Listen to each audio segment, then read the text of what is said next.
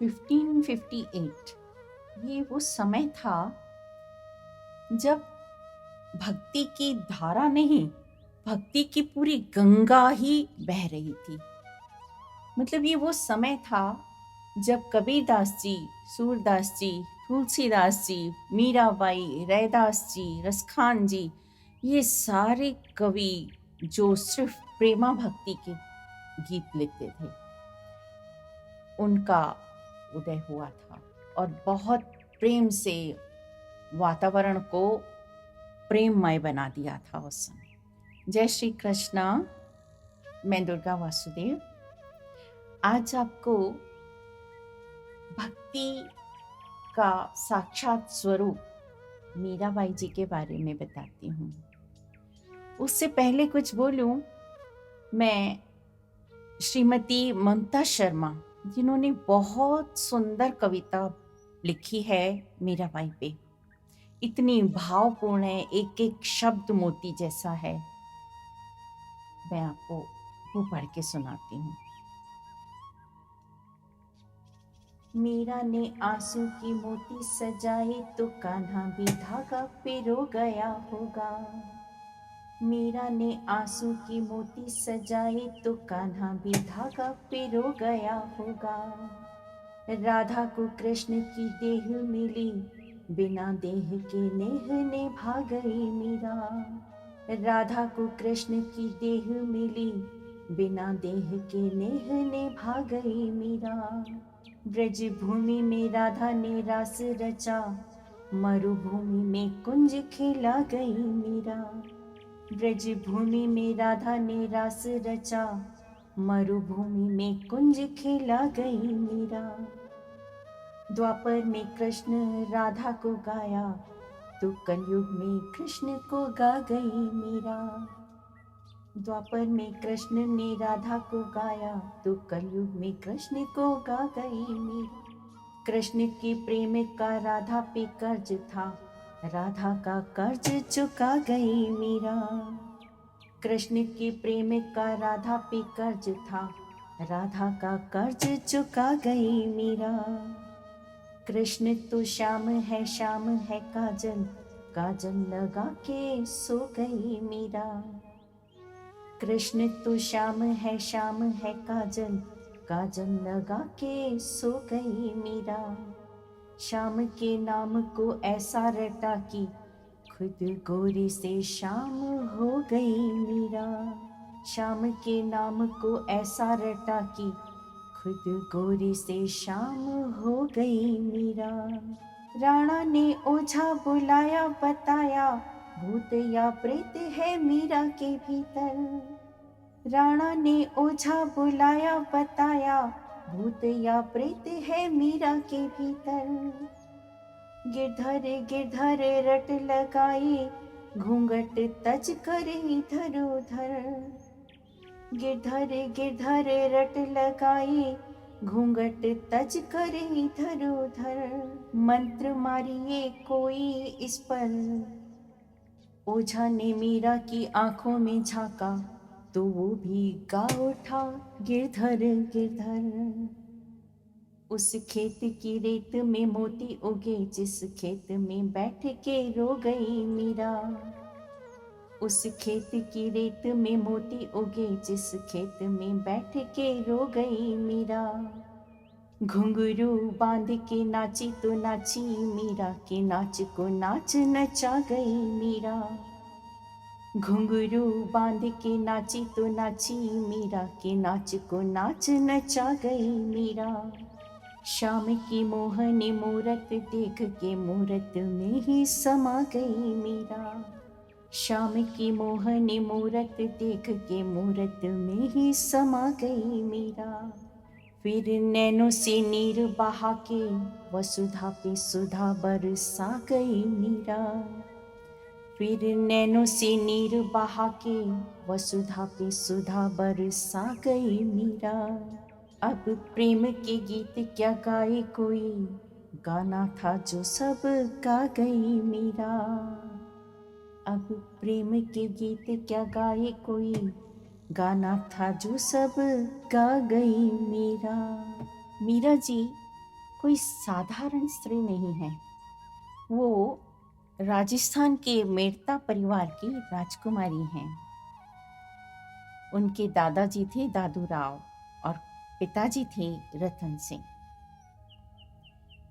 और जब उनका विवाह होता है तो भी एक राज परिवार में राजा भोजराव के साथ उनका विवाह होता है।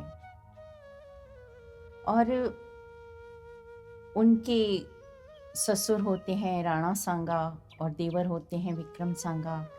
मतलब राज परिवार में ब्याही गई हैं, हर तरह की सुख सुविधाएं उनके जीवन में हैं।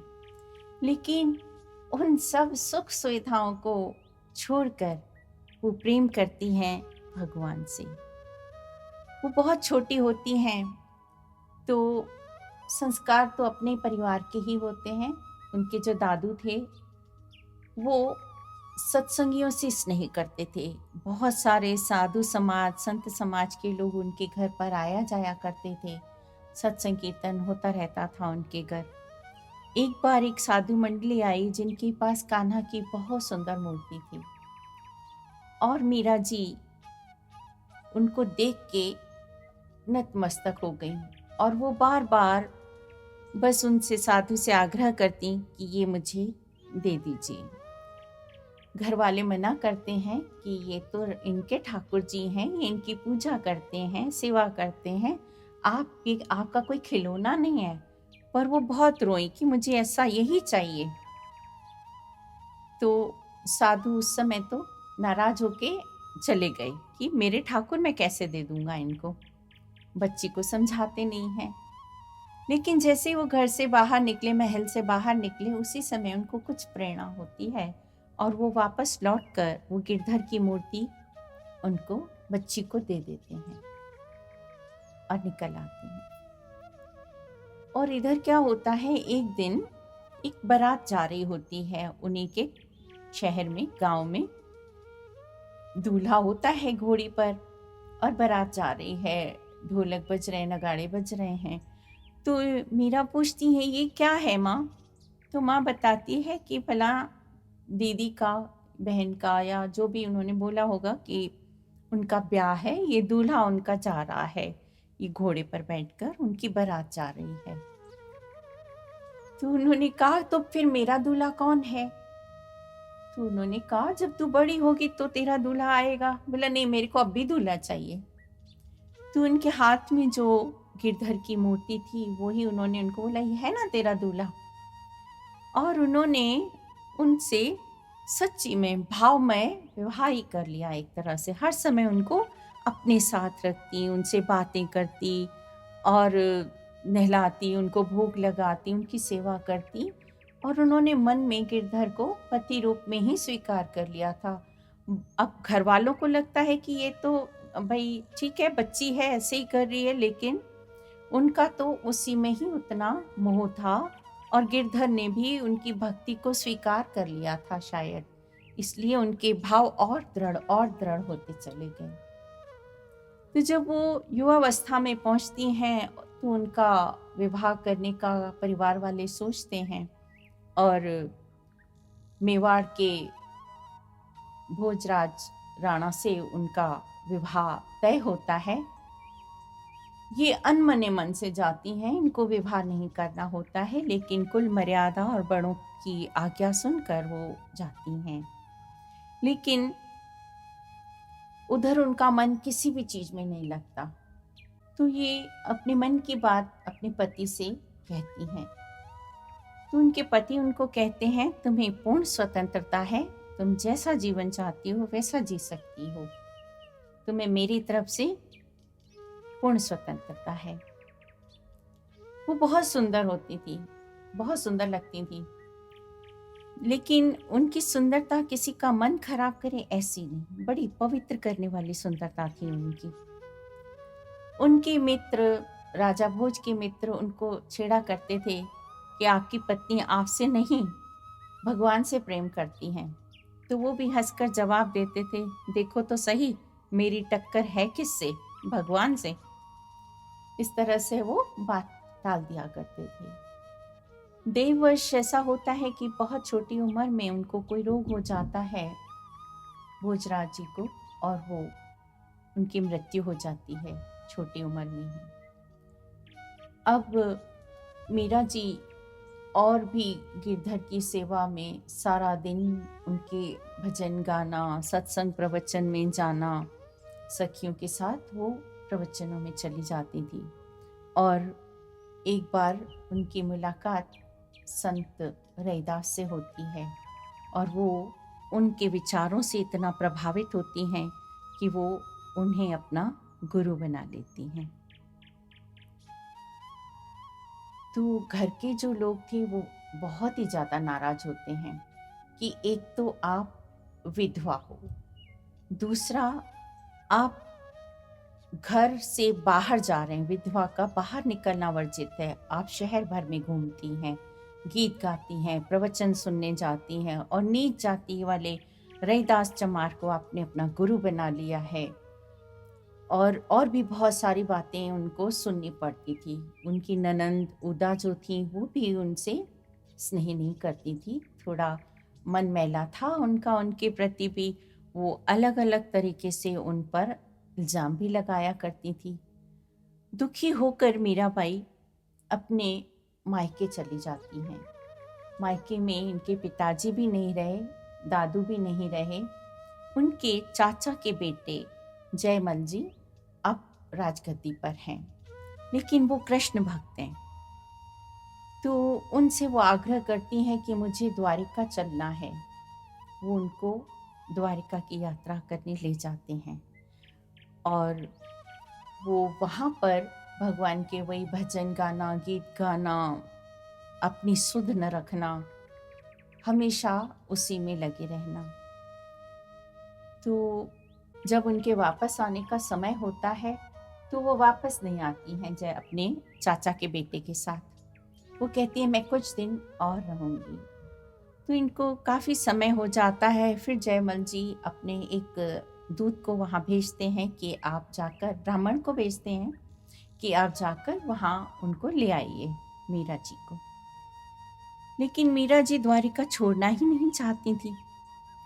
उन्होंने बहुत समझाया तो उन्होंने, ब्राह्मण ने कहा कि अगर आप नहीं चलेंगे तो मुझे राजा जी मार डालेंगे, मुझसे नाराज हो जाएंगे, दुखी होंगे, आपको चलना होगा, अगर आप नहीं चलेंगे तो मैं इधर ही आत्मदाह करता हूँ। तो मीरा डर गई कि एक ब्राह्मण की हत्या का पाप लगेगा मुझ पर, मुझे अब जाना होगा। पर इनका मन बिल्कुल नहीं था। तो वहाँ पर रणछोड़ भगवान का मंदिर है। मीरा जी उधर गई हैं और किवाड़ बंद कर दिए, दरवाज़ा बंद करके वो वहाँ पर उनसे प्रार्थना करने लगी कि हे गिरधर, मैं आपके बिना नहीं जी सकती, मैं जाना नहीं चाहती अब उस दुनिया में। तो उनकी कोई आर्त पुकार थी कि भगवान ने उनको सशरीर अपनी मूर्ति में समाहित कर लिया। कहते हैं कि जब वो बहुत देर तक नहीं निकली तब वो ब्राह्मण ने दरवाज़ा खोला तो देखते हैं कि वहाँ तो कोई है ही नहीं, सिर्फ मीरा जी की चुनरी है जो मूर्ति में समाई हुई हैं। उन्होंने बहुत कोशिश की उस मूर्ति से चुनरी को निकालने की, लेकिन वो चुनरी भी मूर्ति से बाहर ना निकल पाई। जय हो महारानी मीरा की, जय हो ऐसी भक्त की जो सशरीर ईश्वर में समा गई, जैसा हमने आज तक न कभी पहले सुना था, न अब तक किसी भक्त की ऐसी दशा सुनी है। जय श्री कृष्ण।